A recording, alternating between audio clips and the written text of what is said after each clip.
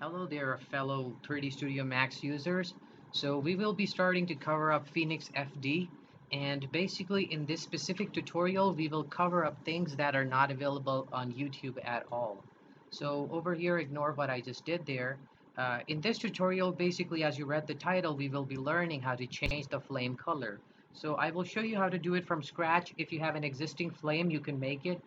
In my case, I'm just gonna make this one here. Some of my cache from my previous thing is still there, so let me just delete that. And yeah, I will just redo it from scratch. Do not worry about it. So what I'm gonna do is right over here, just create a grid of any size. Again, if you already have a fire simulation, do not change it. So here I have created it. Next, I will take the emitter icon, or also the source. It's basically called the Phoenix source, but it's kind of like the emitter icon. So here it is. Now I will take an object that will be emitting our flame for us. So I will just take a sphere. Again, if you already have any type of flame already, you can skip this part if you want to. There it is. So I will just come over here inside of the Phoenix source, the fire source. You can also call it the emitter icon, whatever. Here is the volume that will emit this. It's actually called, well, basically it's kind of the simulator over here. So let's scroll down. Before I start the actual tutorial, let me just come over here and check my voxel size. So it's faster. Now the fire is kind of low resolution, so I'm just going to change the voxel size.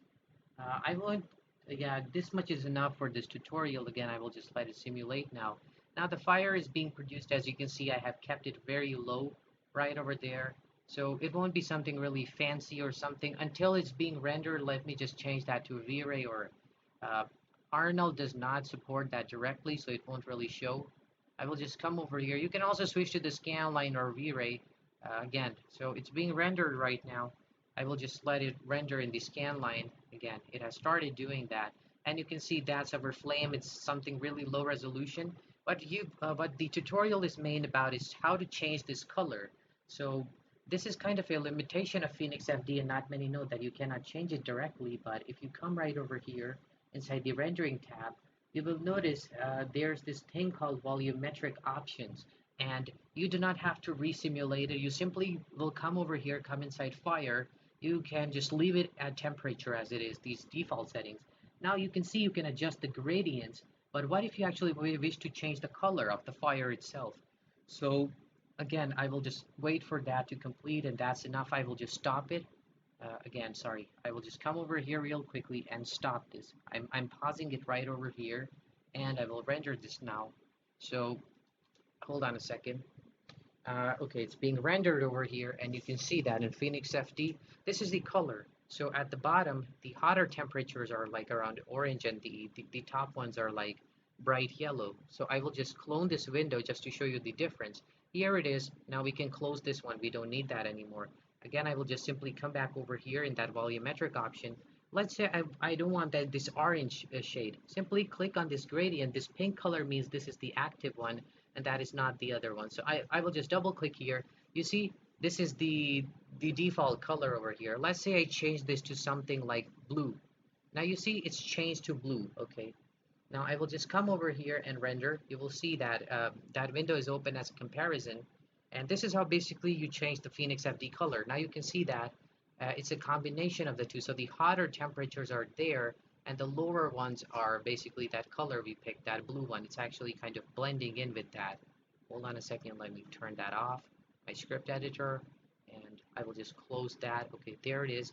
Now the hotter, higher temperatures means those are the ones that will be changed.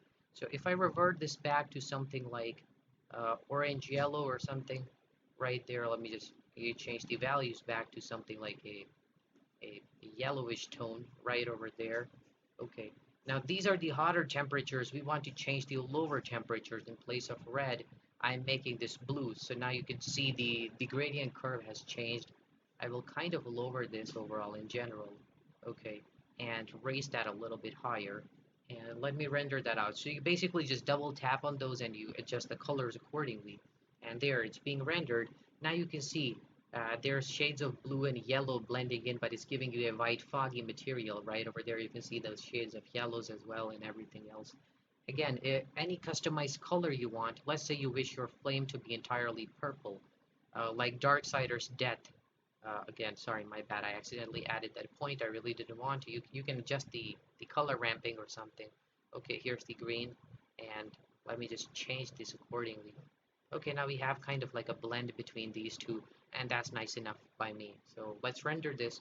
And this was pretty much it, how you actually change the color to a custom color in Tyflo. I literally searched the whole internet. This was nowhere to be found. Even in the documentation, it wasn't explained very well. You can see that those shades of gray are blending in here with the blue one. And obviously there's the purple that we picked. So again, you can like adjust the colors with a curve. You can make a soft curve or a hard curve. And notice this goes all the way to infinity. So yeah, we can change this accordingly. So here it is again. I will give this another rendering shot, and you will actually see the differences in there. You can actually see those green more prominent as like it has this curve. You can actually see that green shade. And I will just change this one more time right here in front of you, just to show you. I will pick something like a more prominent color that you can see. Let's stick to pure red. So now you can see it's like red, like blood red, and or maybe rose red. Just leave it.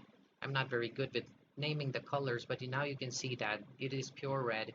And if I reduce my fire multiplier to something like 0.14, I did that on purpose, so the flame is a little bit kind of a lighter tone and not that aggressive. You can actually see that colors. So you see there?